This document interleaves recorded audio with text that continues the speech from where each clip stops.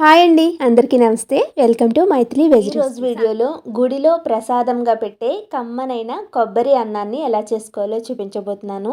ఇది నవరాత్రుల్లో పందిళ్ళలో దేవుణ్ణి నిలబెట్టినప్పుడు ప్రసాదంగా పెడుతూ ఉంటారు కదా. ప్రసాదంగానే కాకుండా దీన్ని లంచ్ బాక్స్లోకి కూడా చాలా ఈజీగా ప్రిపేర్ చేసుకోవచ్చు. కమ్మగా ఉంటుంది కాబట్టి పిల్లలు కూడా చాలా ఇష్టంగా తింటారు.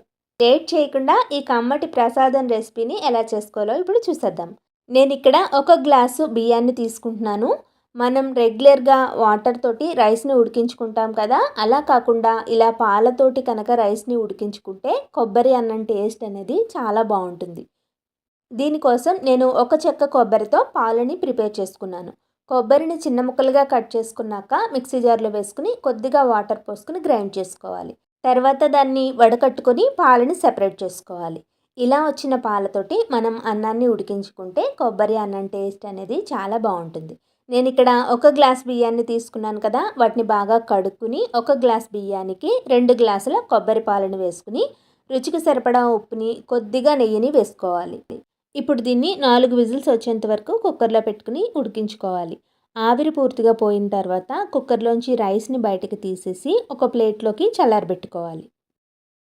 ఈలోగా మనం పోపుని ప్రిపేర్ చేసుకుందాము. పాన్లోకి 2 టేబుల్ స్పూన్ల వరకు నెయ్యిని వేసుకోవాలి.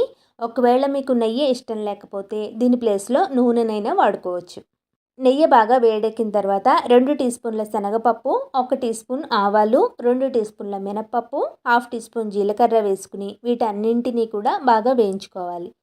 ఇవి కొద్దిగా వేగిన తర్వాత 10 జీడిపప్పు పలుకుల్ని, కొద్దిగా కరివేపాకుని, 4 పచ్చిమిర్చిని, 4 ఎండుమిర్చిని వేసుకుని వీటిని కూడా బాగా వేయించుకోవాలి.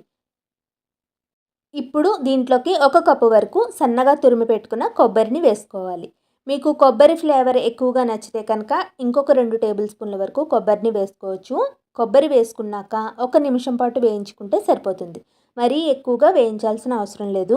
కొబ్బరి వేగిన తర్వాత 1 టీ స్పూన్ నెయ్యిని వేసుకుని చల్లారబెట్టుకున్న రైస్ని కూడా దీంట్లోకి వేసుకోవాలి. ఇది లో ఫ్లేమ్లో పెట్టుకుని వేయించుకోవాలి, లేదంటే మనకి తొందరగా కొబ్బరి అనేది మాడిపోతుంది.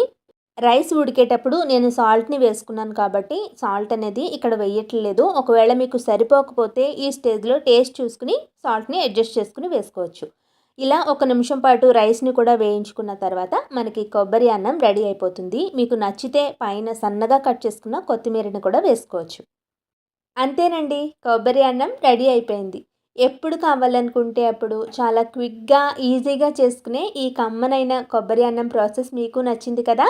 మరి మీరు కూడా మీ ఇంట్లో ఈ కొబ్బరి అన్నాన్ని ట్రై చేసి మీకు ఎలా కుదిరిందో నాతో కింద కామెంట్ సెక్షన్లో షేర్ చేసుకోండి. ఈ వీడియో కనుక మీకు నచ్చితే తప్పకుండా లైక్ చేసి మీ ఫ్రెండ్స్ అండ్ రిలేటివ్స్ అందరితోనూ షేర్ చేయండి. మరిన్ని రెసిపీస్ కోసం నా ఛానల్ని సబ్స్క్రైబ్ చేయండి.